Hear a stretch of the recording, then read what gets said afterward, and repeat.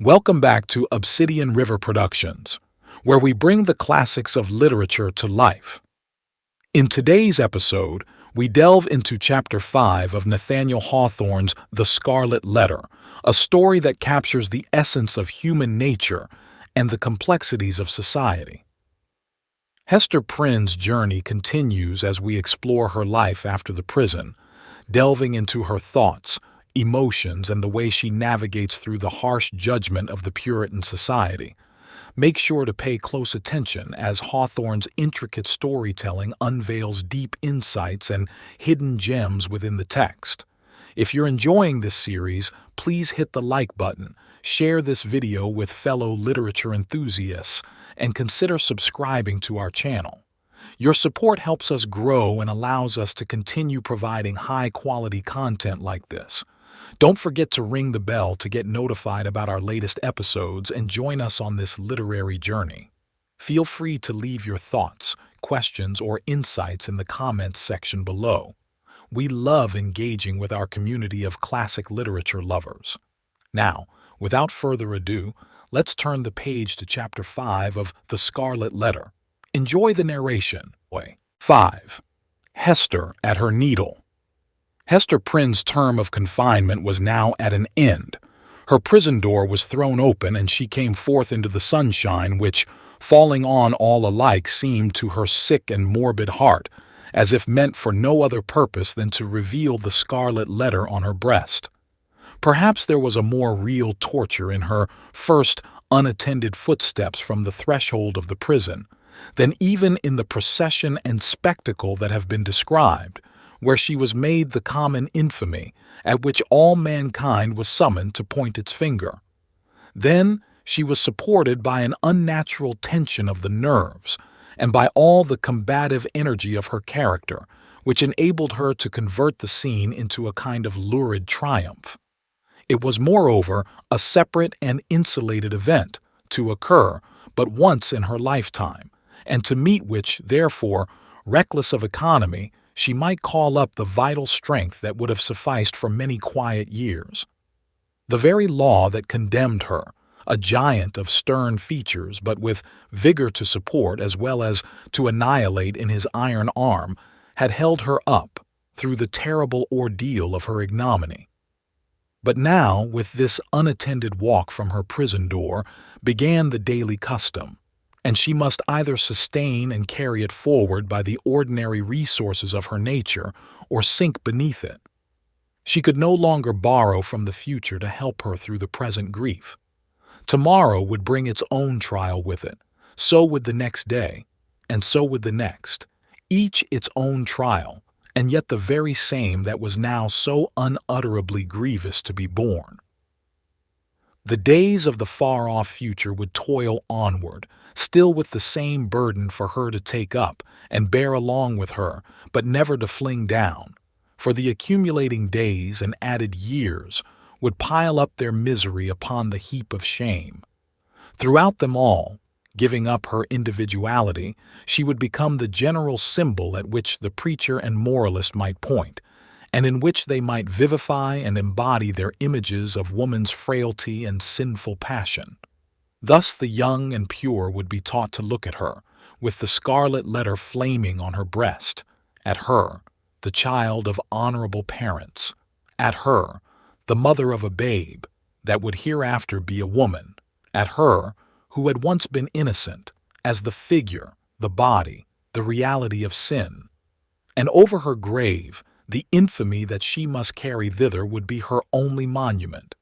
It may seem marvelous that, with the world before her, kept by no restrictive clause of her condemnation within the limits of the Puritan settlement, so remote and so obscure, free to return to her birthplace or to any other European land, and there hide her character and identity under a new exterior, as completely as if emerging into another state of being, and having also the passes of the dark, inscrutable forest open to her, where the wildness of her nature might assimilate itself with a people whose customs and life were alien from the law that had condemned her.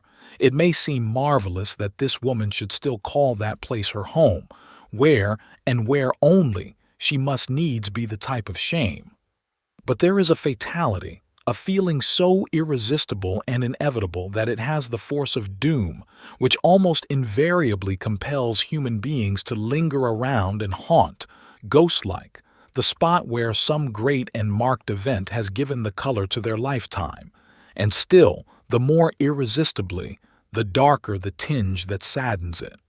Her sin, her ignominy, were the roots which she had struck into the soil. It was as if a new birth, with stronger assimilations than the first, had converted the forest land, still so uncongenial to every other pilgrim and wanderer, into Hester Prynne's wild and dreary but lifelong home. All other scenes of earth, even that village of rural England, where happy infancy and stainless maidenhood seemed yet to be in her mother's keeping, like garments put off long ago, were foreign to her in comparison. The chain that bound her here was of iron links and galling to her inmost soul, but could never be broken. It might be, too. Doubtless it was so, although she hid the secret from herself, and grew pale whenever it struggled out of her heart like a serpent from its hole. It might be that another feeling kept her within the scene and pathway that had been so fatal.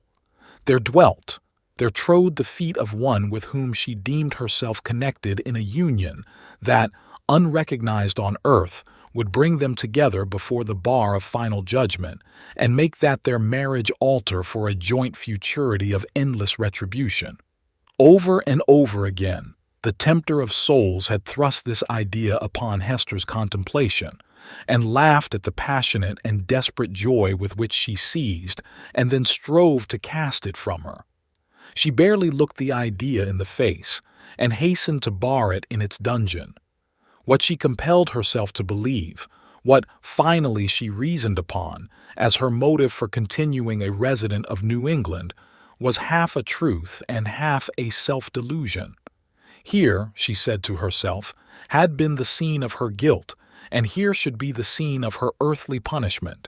And so, perchance, the torture of her daily shame would at length purge her soul and work out another purity than that which she had lost, more saint-like, because the result of martyrdom. Hester Prynne, therefore, did not flee. On the outskirts of the town, within the verge of the peninsula, but not in close vicinity to any other habitation, there was a small thatched cottage. It had been built by an earlier settler and abandoned because the soil about it was too sterile for cultivation, while its comparative remoteness put it out of the sphere of that social activity which already marked the habits of the emigrants. It stood on the shore, looking across a basin of the sea at the forest-covered hills towards the west. A clump of scrubby trees, such as alone grew on the peninsula, did not so much conceal the cottage from view, as seemed to denote that here was some object which would fain have been, or at least ought to be, concealed. In this little, lonesome dwelling, with some slender means that she possessed, and by the license of the magistrates who still kept an inquisitorial watch over her, Hester established herself, with her infant child. A mystic shadow of suspicion immediately attached itself to the spot. Children, too young to comprehend wherefore this woman should be shut out from the sphere of human charities, would creep nigh enough to behold her plying her needle at the cottage window, or standing in the doorway, or laboring in her little garden, or coming forth along the pathway that led townward, and, discerning the scarlet letter on her breast, would scamper off with a strange, contagious fear. Lonely as was Hester's situation, and without a friend on earth who dared to show himself, she, however, incurred no risk of want. She possessed an art that sufficed, even in a land that afforded comparatively little scope for its exercise, to supply food for her thriving infant and herself. It was the art, then as now, almost the only one within a woman's grasp, of needlework. She bore on her breast in the curiously embroidered letter a specimen of her delicate and imaginative skill, of which the dames of a court might gladly have availed themselves, to add the richer and more spiritual adornment of human ingenuity to their fabrics of silk and gold. Here, indeed, in the sable simplicity that generally characterized the Puritanic modes of dress, there might be an infrequent call for the finer productions of her handiwork. Yet the taste of the age, demanding whatever was elaborate in compositions of this kind, did not fail to extend its influence over our stern progenitors who had cast behind them so many fashions which it might seem harder to dispense with. Public ceremonies, such as ordinations, the installation of magistrates, and all that could give majesty to the forms in which a new government manifested itself to the people, were, as a matter of policy, marked by a stately and well-conducted ceremonial, and a somber, but yet a studied magnificence.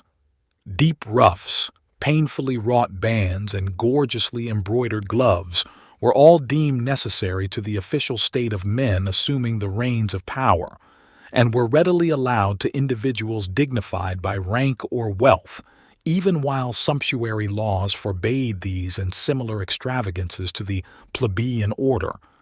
In the array of funerals, too, whether for the apparel of the dead body or to typify, by manifold emblematic devices of sable cloth and snowy lawn, the sorrow of the survivors, there was a frequent and characteristic demand for such labor as Hester Prynne could supply. Baby linen, for babies then wore robes of state, afforded still another possibility of toil and emolument. By degrees, nor very slowly, her handiwork became what would now be termed the fashion. Whether from commiseration for a woman of so miserable a destiny, or from the morbid curiosity that gives a fictitious value even to common or worthless things, or by whatever other intangible circumstance was then, as now, sufficient to bestow on some persons what others might seek in vain, or because Hester really filled a gap which must otherwise have remained vacant, it is certain that she had ready and fairly requited employment for as many hours as she saw fit to occupy with her needle. Vanity, it may be, chose to mortify itself by putting on, for ceremonials of pomp and state, the garments that had been wrought by her sinful hands. Her needlework was seen on the ruff of the governor. Military men wore it on their scarfs, and the minister on his band. It decked the baby's little cap.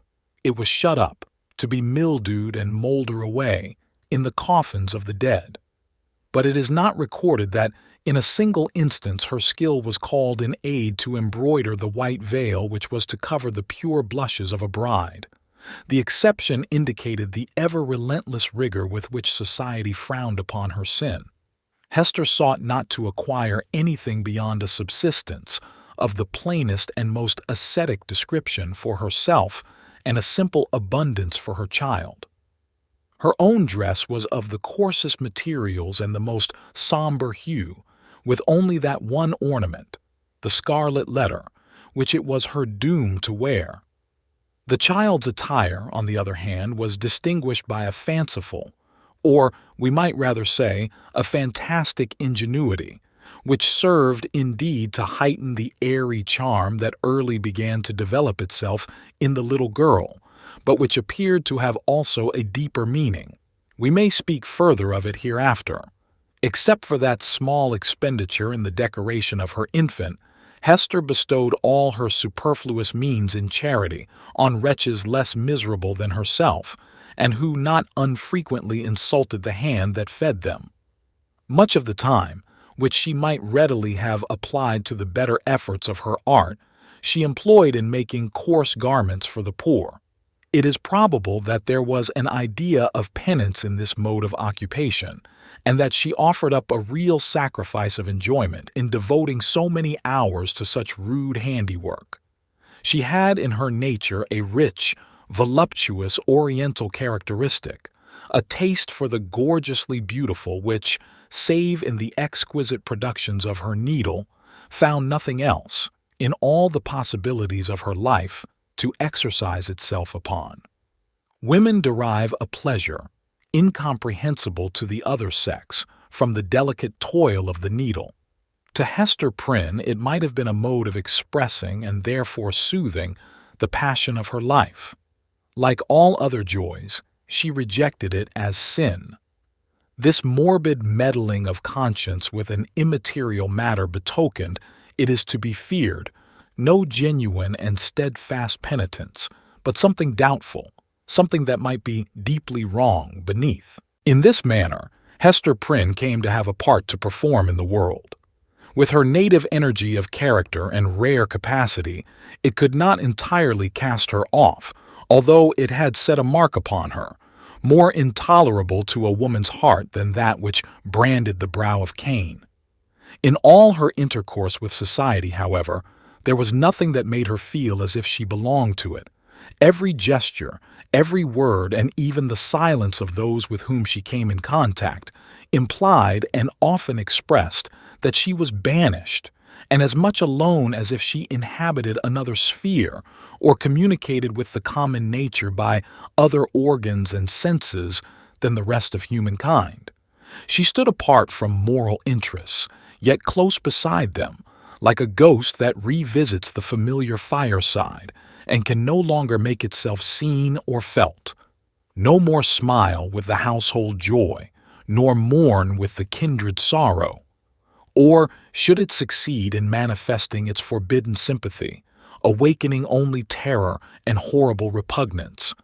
These emotions, in fact, and its bitterest scorn besides, seemed to be the sole portion that she retained in the universal heart. It was not an age of delicacy, and her position, although she understood it well and was in little danger of forgetting it, was often brought before her vivid self-perception, like a new anguish, by the rudest touch upon the tenderest spot. The poor, as we have already said, whom she sought out to be the objects of her bounty, often reviled the hand that was stretched forth to succor them. Dames of elevated rank, likewise, whose doors she entered in the way of her occupation, were accustomed to distill drops of bitterness into her heart, sometimes through that alchemy of quiet malice by which women can concoct a subtle poison from ordinary trifles, and sometimes also by a coarser expression that fell upon the sufferer's defenseless breast like a rough blow upon an ulcerated wound. Hester had schooled herself long and well. She never responded to these attacks, save by a flush of crimson that rose irrepressibly over her pale cheek and again subsided into the depths of her bosom. She was patient, a martyr indeed, but she forbore to pray for her enemies, lest, in spite of her forgiving aspirations, the words of the blessing should stubbornly twist themselves into a curse. Continually, and in 1,000 other ways, did she feel the innumerable throbs of anguish that had been so cunningly contrived for her by the undying, the ever-active sentence of the Puritan tribunal. Clergymen paused in the street to address words of exhortation that brought a crowd with its mingled grin and frown around the poor, sinful woman. If she entered a church, trusting to share the Sabbath smile of the Universal Father, it was often her mishap to find herself the text of the discourse. She grew to have a dread of children, for they had imbibed from their parents a vague idea of something horrible in this dreary woman, gliding silently through the town with never any companion but one only child. Therefore, first allowing her to pass, they pursued her at a distance with shrill cries and the utterance of a word that had no distinct purport to their own minds, but was none the less terrible to her, as proceeding from lips that babbled it unconsciously. It seemed to argue so wide a diffusion of her shame that all nature knew of it. It could have caused her no deeper pang, had the leaves of the trees whispered the dark story among themselves, had the summer breeze murmured about it, had the wintry blast shrieked it aloud. Another peculiar torture was felt in the gaze of a new eye. When strangers looked curiously at the Scarlet Letter, and none ever failed to do so, they branded it afresh into Hester's soul, so that, oftentimes, she could scarcely refrain, yet always did refrain from covering the symbol with her hand, But then again, an accustomed eye had likewise its own anguish to inflict. Its cool stare of familiarity was intolerable. From first to last, in short, Hester Prynne had always this dreadful agony in feeling a human eye upon the token. The spot never grew callous. It seemed, on the contrary, to grow more sensitive with daily torture. But sometimes, once in many days, or perchance in many months, she felt an eye, a human eye, upon the ignominious brand that seemed to give a momentary relief, as if half of her agony were shared. The next instant, back it all rushed again, with still a deeper throb of pain, for in that brief interval she had sinned anew. Had Hester sinned alone? Her imagination was somewhat affected, and, had she been of a softer moral and intellectual fiber, would have been still more so, by the strange and solitary anguish of her life. Walking to and fro, with those lonely footsteps, in the little world with which she was outwardly connected, it now and then appeared to Hester, if altogether fancy, it was nevertheless too potent to be resisted. She felt or fancied then that the Scarlet Letter had endowed her with a new sense. She shuddered to believe, yet could not help believing that it gave her a sympathetic knowledge of the hidden sin in other hearts. She was terror-stricken by the revelations that were thus made. What were they? Could they be other than the insidious whispers of the bad angel who would fain have persuaded the struggling woman, as yet only half his victim, that the outward guise of purity was but a lie, and that, if truth were everywhere to be shown, a scarlet letter would blaze forth on many a bosom besides Hester Prynne's? Or must she receive those intimations, so obscure, yet so distinct, as truth? In all her miserable experience, there was nothing else so awful and so loathsome as this sense. It perplexed, as well as shocked her, by the irreverent inopportuneness of the occasions that brought it into vivid action. Sometimes the red infamy upon her breast would give a sympathetic throb as she passed near a venerable minister or magistrate, the model of piety and justice, to whom that age of antique reverence looked up as to a mortal man in fellowship with angels. What evil thing is at hand, would Hester say to herself. Lifting her reluctant eyes, there would be nothing human within the scope of view save the form of this earthly saint. Again, a mystic sisterhood would contumaciously assert itself as she met the sanctified frown of some matron who, according to the rumor of all tongues, had kept cold snow within her bosom throughout life. That unsunned snow in the matron's bosom and the burning shame on Hester Prynne's, what had the two in common? Or once more, the electric thrill would give her warning, "Behold, Hester, here is a companion." And looking up, she would detect the eyes of a young maiden glancing at the Scarlet Letter shyly and aside, and quickly averted with a faint, chill crimson in her cheeks, as if her purity were somewhat sullied by that momentary glance.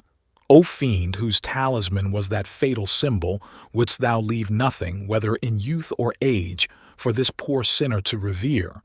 Such loss of faith is ever one of the saddest results of sin. Be it accepted as a proof that all was not corrupt in this poor victim of her own frailty and man's hard law, that Hester Prynne yet struggled to believe that no fellow mortal was guilty like herself. The vulgar, who, in those dreary old times, were always contributing a grotesque horror to what interested their imaginations, had a story about the Scarlet Letter which we might readily work up into a terrific legend. They averred that the symbol was not mere scarlet cloth, tinged in an earthly dye-pot, but was red-hot with infernal fire, and could be seen glowing all alight whenever Hester Prynne walked abroad in the night-time. And we must needs say, it seared Hester's bosom so deeply that perhaps there was more truth in the rumor than our modern incredulity may be inclined to admit. And that concludes Chapter 5 of The Scarlet Letter. We've witnessed Hester's strength and resilience as she navigates through her new life marked by the Scarlet Letter.